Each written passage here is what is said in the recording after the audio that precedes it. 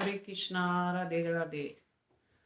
माघ मास मध्यम अध्याय 10 को सुनते हैं। आप पर भगवान श्री हरि की साक्षात कृपा है जो आप ये माघ मास मध्यम अध्याय सुन पा रहे हैं, क्योंकि माघ मास मध्यम अध्याय सुनने मात्र से हमारे सारे पाप नष्ट हो जाते हैं और जीवन में सारी आई बाधाएं दूर हो जाती। माघ मास के 10वें अध्याय में मुख्य रूप से माघ स्नान और उनके द्वारा मिलने वाले पुण्य यानी इंद्रलोक की प्राप्ति तथा विभिन्न धार्मिक कार्यों जैसे गंगा स्नान, दान, प्राणायाम, परिस्त्री गमन और धन की दूरी तथा माता पिता व गुरु सेवा के महत्व का वर्णन है। माघ स्नान से बड़े योगों से भी अधिक फल मिलता है और इससे पापों का नाश होता है, जिससे मनुष्य स्वर्ग तथा ब्रह्मलोक को प्राप्त कर सकता है। गंगा का नाम लेने मात्र से ही इंसान नरक में नहीं जाता, तो माघ में स्नान करने से हजारों अश्वमेध यज्ञों के बराबर फल मिलता है। वेद शास्त्रों के पढ़ने, सुनने, धर्म शास्त्र समझने से और वेदांत में लीन रहने पर पाप रहित होकर ब्रह्मलोक में जाते हैं। कल हमने माघ मास मध्यम अध्याय 9 में सुना था कि दत्तात्रेय जी राजा कीर्तिवीर्य को बता रहे थे कि माँ के स्नान करने से क्या फल मिलता है और कैसे स्वर्ग की प्राप्ति हुई। यमदूत कहने लगे कि हे वैश्य, एक बार भी गंगा जी के स्नान करने से मनुष्य सब पापों से छूटकर अत्यंत शुद्ध हो जाता है। जो मनुष्य गंगा जी को दूसरे तीर्थों के समान समझता है वह अवश्य नरक में जाता है। भगवान के चरणों से उत्पन्न हुई गंगा जी के पवित्र जल को श्री शिव जी अपने मस्तक पर धारण करते हैं। वह ब्रह्मा जी संदेह रहित प्रकृति से अलग और निर्गुण है। ब्रह्मांड में उसकी समानता किसी से नहीं हो सकती। गंगा जी का नाम हजारों योजन दूर से लेने वाला भी नरक में नहीं जाता, इसलिए मनुष्य को अश्वमेध यज्ञ की प्राप्ति होती है गंगा स्नान करने से। हे वैश्य, जो ब्राह्मण दान लेने का अधिकारी भी होकर भी दान नहीं लेता वह आकाश के नक्षत्रों से चंद्रमा के समान है। जो कीचड़ से गौ को निकालता है, जो रोगी की रक्षा करता है या गौशाला में मरता है वह आकाश में तारा होता है।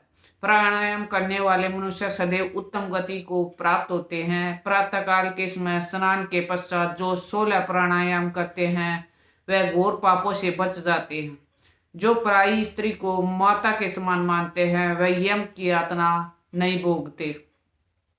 जो मन में से भी कभी पर स्त्री का चिंतन नहीं करता वह दोनों लोगों को अपने अधीन करता है।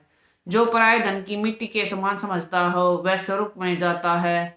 जिसे क्रोध में जीत लिया मानो उसे स्वर्ग को ही जीत लिया। जो माता पिता से सेवा देवता तुल्य करता है वह यम दवा नहीं देखता और जो गुरु की सेवा करते हैं वह ब्रह्मलोक को प्राप्त होते हैं। शील की रक्षा करने वाली स्त्री धन्य है।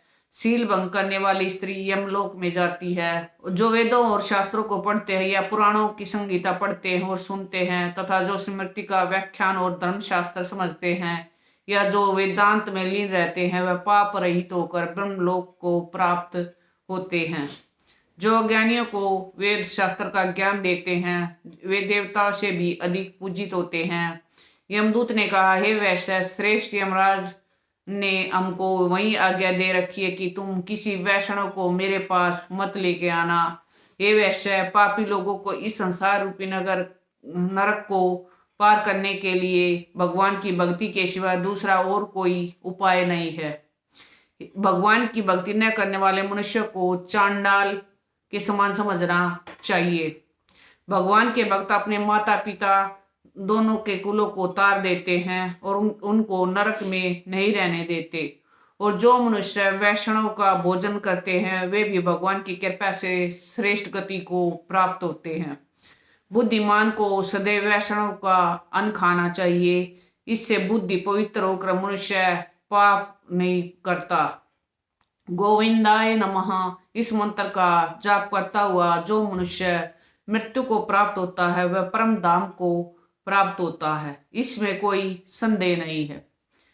जो ओम नमो भगवते वासुदेव द्वादक्षर मंत्र या ओम नमो नारायण अष्टाक्षर मंत्र का जाप करता है उसके ब्रह्म हत्या आदि पाप नष्ट हो जाते हैं। माघ मास महत्तम अध्याय 10 संपूर्णम। यह स्नान केवल पापों को नाश ही नहीं करता बल्कि इंद्रलोक का सुख भी प्रदान करता है, जिससे देवता भी ईर्ष्या करते हैं, और यह राजाओं को व महर्षियों द्वारा किए गए यज्ञों से भी अधिक फलदायी माना गया है। माघ मास के 10वां अध्याय में बताता है कि इस पवित्र मास में किए गए छोटे से छोटे धार्मिक कार्य भी, विशेषकर पवित्र नदियों के स्नान और सदाचार का पालन, हमें महापुण्य दिलाकर मोक्ष और स्वर्ग की प्राप्ति का मार्ग दिखाते हैं। हमारा जो ये जीवन है ये क्षण भंगुर है, इसलिए हमें इस माघ के महीने का ज़्यादा से ज़्यादा फायदा उठाना चाहिए। हमें माघ स्नान करके अपने पापों का नाश करना चाहिए, क्योंकि शास्त्रों में भी कहा गया कि ये जीवन क्षण भंगुर है, अभी नहीं। इसलिए हमें ज़्यादा से ज़्यादा नाम जाप करना चाहिए। नाम जाप करके ही हम भक्ति, मुक्ति, शक्ति सब कुछ पा सकते हैं। ज़्यादा से ज़्यादा नाम जाप करके हम अपने जीवन को सुखमय और खुशहाल बना सकते हैं। प्लीज़ हमारी वीडियो को ज़्यादा से ज़्यादा शेयर कीजिए, अपने शास्त्रों का ज़्यादा से ज़्यादा प्रचार कीजिए, ये भी एक सेवा है। राधे राधे।